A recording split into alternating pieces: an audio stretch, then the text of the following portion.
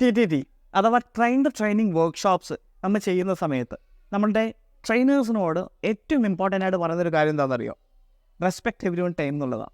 അതായത് 2 മണിക്കൂറിൻ്റെ ഒരു short training നമ്മൾ ഏകദേശം ഒരു 30-40 ആളുകൾക്ക് എടുക്കണമെന്ന് വിചാരിച്ചോ. നമ്മൾ ആക്ച്വലി എത്ര മണിക്കൂറുകൾ അവിടെ എടുക്കേണ്ടതെന്നറിയോ, ഉപയോഗിക്കേണ്ടതെന്നറിയോ? ഈ 40 × 2 അല്ലേ, ഏകദേശം 80 മണിക്കൂറുകൾ നമ്മളവിടെ പ്രൊഡക്റ്റീവായിട്ടുള്ള 80 മണിക്കൂറുകൾ നമ്മളവിടെ യൂസ് ചെയ്യുന്നുണ്ട്. അതായത് 80 മണിക്കൂർ എന്ന് പറയുമ്പോൾ ഏകദേശം 10 ദിവസത്തെ പ്രൊഡക്റ്റീവ് ഹവേഴ്സിനാണ് ഈ 80 മണിക്കൂറുകൾ എന്ന് പറയുന്നത്. സോ അത്രയും ഇമ്പോർട്ടൻ്റ് ആയിട്ട്, അത്രയും പരിശുദ്ധമായിട്ട് വേണം നമ്മളൊരു ട്രെയിനിങ് റൂമിന് എപ്പോഴും കാണേണ്ടത്. ഇനി ഇതിനോടൊപ്പം തന്നെ മനസ്സിലാക്കേണ്ട ഒരു കാര്യം, ഇതെങ്ങനെ നമ്മൾ യൂസ് ചെയ്യുക എന്നുള്ളതാണ്. എന്ത് വിഷയമാണോ നമ്മളൊന്ന് എടുക്കാൻ പോകുന്നത്, അതല്ലെങ്കിൽ നമ്മളൊന്ന് ട്രെയിനിങ് ചെയ്യാൻ പോകുന്നത്, ആ വിഷയത്തിനെ കുറിച്ചുള്ള 100% അറിവോട് കൂടിയായിരിക്കണം നമ്മളന്ന് ആ റൂമിലേക്ക് കയറേണ്ടത്. 1. 2. FAQs. നമ്മൾ ഓൾറെഡി അതിൽ വരാൻ സാധ്യതയുള്ള കുറേ ചോദ്യങ്ങളുണ്ടാകും. ആ ചോദ്യങ്ങൾ എന്താണെന്ന് പഠിച്ച് മനസ്സിലാക്കിയിട്ട് വേണം നമ്മൾ ആ റൂമിൻ്റെ ഉള്ളിൽ കയറാൻ വേണ്ടിയിട്ടുള്ളത്. 3. ശരിയാണ്, കുറച്ച് സമയം അവിടെ ഇവിടെയൊക്കെ ഡിലേ വരും, എങ്കിലും ആകസ്മികമായ ഡിലേ അല്ലാതെയുള്ള ബാക്കിയുള്ള സംഭവങ്ങളും നമ്മൾ മാക്സിമം ഒഴിവാക്കി നിർത്തണം. ഉദാഹരണത്തിന് ഏകദേശം 10 മണിക്ക് സ്റ്റാർട്ട് ചെയ്യുന്ന ട്രെയിനിങ്ങിന് റൂമിൻ്റെ ഉള്ളിൽ 10 മണിയായപ്പോൾ 36 പേരേ ഉള്ളൂ, 40 പേർക്ക് വരും, 4 പേര് ഓൺ ദ വേ ആണ്. നമ്മൾക്ക് അവർക്ക് വേണ്ടി കാത്തിക്കേണ്ട ആവശ്യമില്ല. മറ്റുള്ള 36 പേർക്കും വേണ്ടിയിട്ട് യു സ്റ്റാർട്ട് ദ ട്രെയിനിങ്.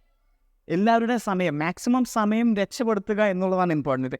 നമ്മൾ എന്തിനാണ് നോർമലി ട്രെയിനിങ് നടത്തുന്നത്, അതും ഒരു ഇമ്പോർട്ടൻ്റ് ആയിട്ടുള്ള കാര്യമാണ്.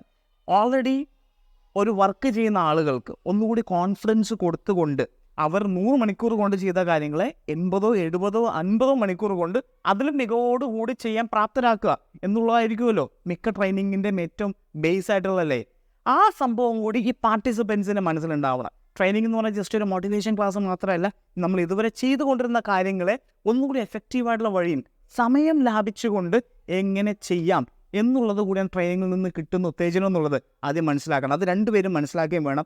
അതിനനുസരിച്ചുള്ള പോയിൻറ്റ്സ് ഈ 2 പേരുടെ കയ്യിലും വേണം.